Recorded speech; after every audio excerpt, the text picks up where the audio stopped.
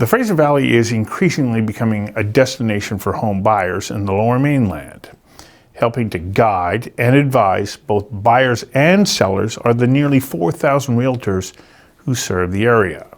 Recently, I had the opportunity to sit down with the Fraser Valley Real Estate Board's President Chris Shields and CEO Baldev Gill for a wide-ranging discussion covering everything from market trends to the value of using a professional realtor and to the use of technology to communicate with members. Here is an excerpt from that discussion. Welcome to the Year in Review with the Fraser Valley Real Estate Board. Joining me now are Chris Shields, who's the president, and Baldev Gill, who's the CEO. What a year. I mean, I don't want to get hung up on the introduction. I want to get to the nuts and bolts because what a year. Chris, could you have anticipated that it was going to be like this? No, I don't think any of us anticipated this, Stu. Last year was a grueling, challenging, and very unusual year. And nevertheless, our organization sustained it.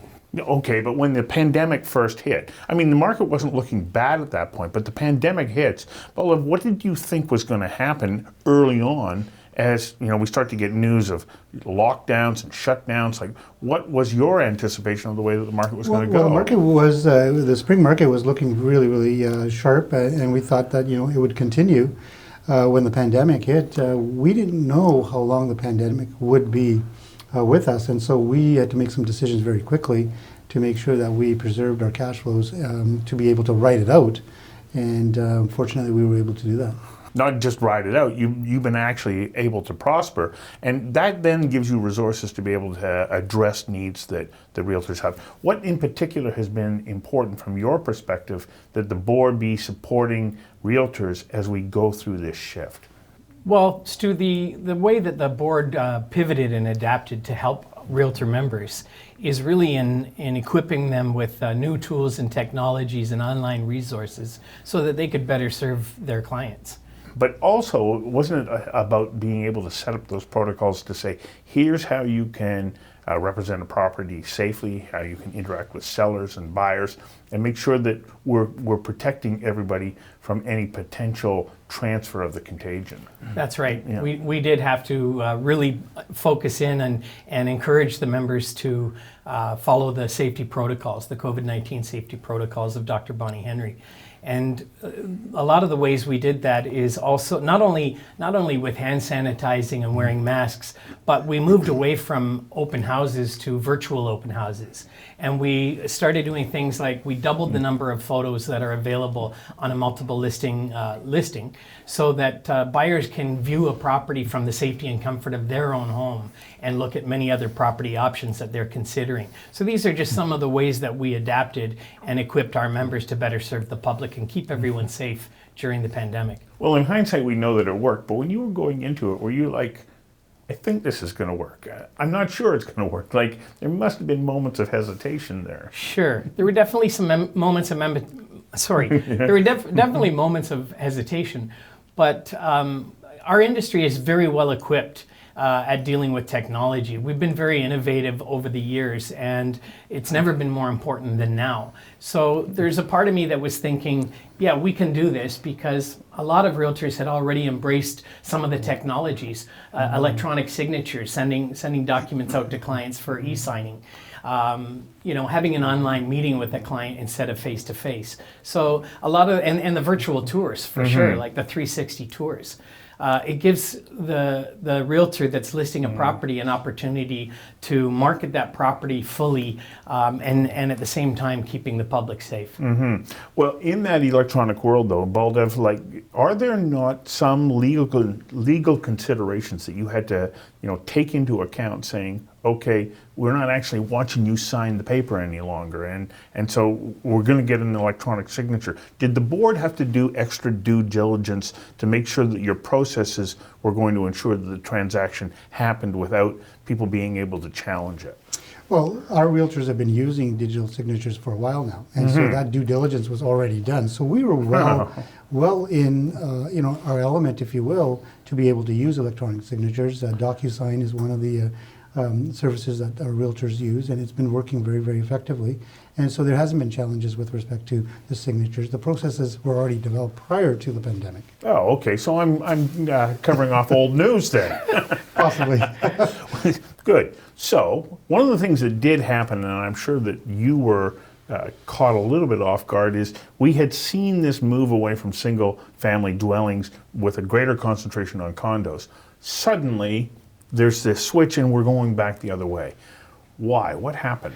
Well, about 3 years ago, we started noticing a shift towards favoring attached homes, and that was really largely due to price. But with the pandemic, that shift has reversed, and we're seeing such a demand for detached family-sized homes, townhomes and detached homes in the Fraser Valley. The demand is through the roof, Stu.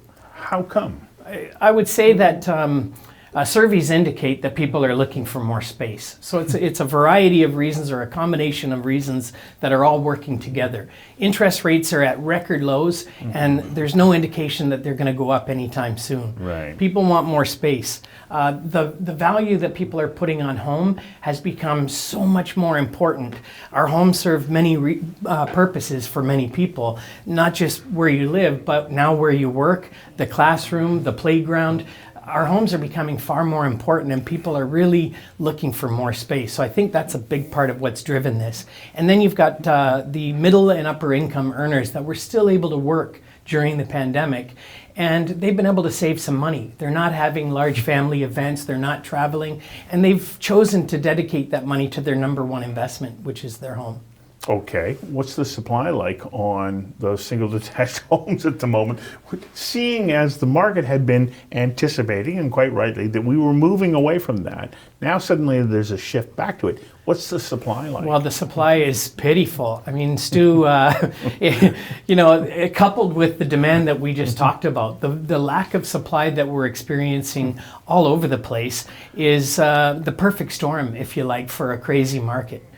And that's what we're seeing right now, is markets through the roof. Record-setting months starting in July. Sales records are at or near record-breaking every month. Okay, but how are we going to address that moving forward? Are you already seeing a shift in the development community saying, okay, we now have to refocus? Well, there's such a lag. I know. The time and money it takes for a developer to build a house, it's crazy. So there's always a lag when you see this demand, and then when the developers step up to build. But I think it really has to be advocating more on local governments, which is one of the things that our board does, and our provincial association, the BC Real Estate Association, is advocating to the municipal governments to try and make it easier for developers, less red tape and less costs in getting properties up and built. Are they listening? I think they're fully aware of the affordability issue that is present, and I think they're doing their best to address that. It's probably not happening as quick as we would like it to be, but I think that it is top of mind for sure. Well, and affordability becomes an issue. One of the reasons that the Valley has been so attractive is that you've got more affordability. You get more house for your dollar than you do if you're living in closer to downtown Vancouver and so on. But what is the pressure on the market doing right now to that affordability equation in the Fraser Valley?